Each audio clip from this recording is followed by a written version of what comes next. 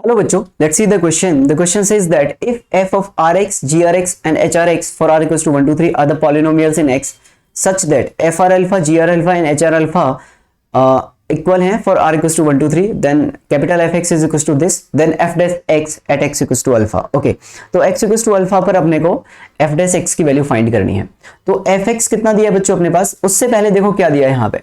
उससे पहले उसने बोला है कि f of r alpha is equals to g of r alpha is equals to h of r alpha, सब इक्वल हैं तो मैंने मान लिया let these are equal to k. ठीक है, ये k के इक्वल है.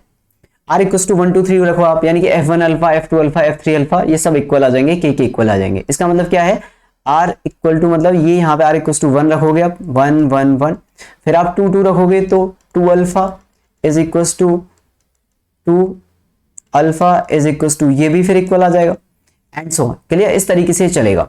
तो अब मैंने बोला यहाँ पे कि मेरे पास यहाँ पे क्या दिया है, कैपिटल एफ एक्स.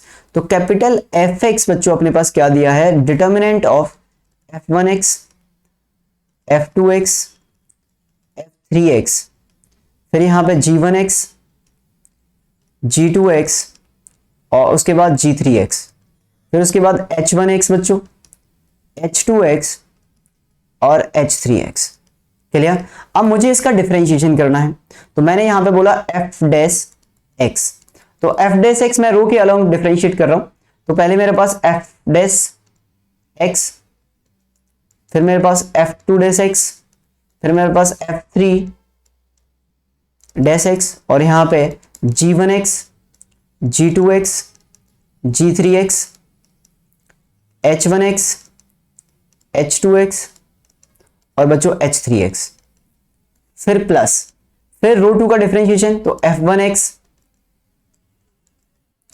f2x और f3x सेम आ गया. ये कितना आ जाएगा, g1 dash x, g2 dash x और g3 डैश x और यहां से कितना आ जाएगा, h1x, h2x और बच्चों यहां से h3x.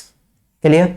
फिर इसके बाद रो 3 के अलोंग में कितना आ जाएगा, तो f1x, f2x, f3x और यहां से बच्चों g1x, g2x, g3x और ये कितना आ जाएगा, h1 डैश x, फिर उसके बाद h2 डैश x, फिर h3 डैश x. क्लियर, ये आ गया. तो अगर मैंने x इक्वल्स टू अल्फा रखा, x इक्वल्स टू अल्फा रखा तो x इक्वल्स टू अल्फा पर g1 h1 सेम है, g2 h2 सेम है, g3 h3 सेम है. क्लियर भाई, x इक्वल्स टू अल्फा पर ये तीनों सेम आ जाएंगे, g1 h1 g2 h2. तो r at x equals to alpha तो f डैश अल्फा कितना आ जाएगा, फिर तो f डैश अल्फा कितना आ जाएगा यहां से, अगर ये सेम है तो यहां से पहले वाले का डिटर्मिनेंट की वैल्यू 0 आ जाएगी, प्लस दूसरे वाले की 0, प्लस तीसरे वाले की 0 यानी कि 0. अगर किसी भी डिटर्मिनेंट के अंदर कोई भी दो रो सेम हो जाएं या दो कॉलम सेम हो जाएं तो उसका आंसर क्या आता है, 0 आता है. ठीक है, तो g1 h1 भाई ये सब तो सेम है ना.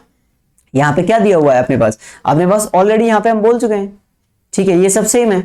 Okay, let's say this is k2, this is k1 and यहां पे कितना आ जाएगा, यहां पे f of 3 alpha is equals to g of 3 alpha is equals to h3 alpha is equals to k3 आ जाएगा.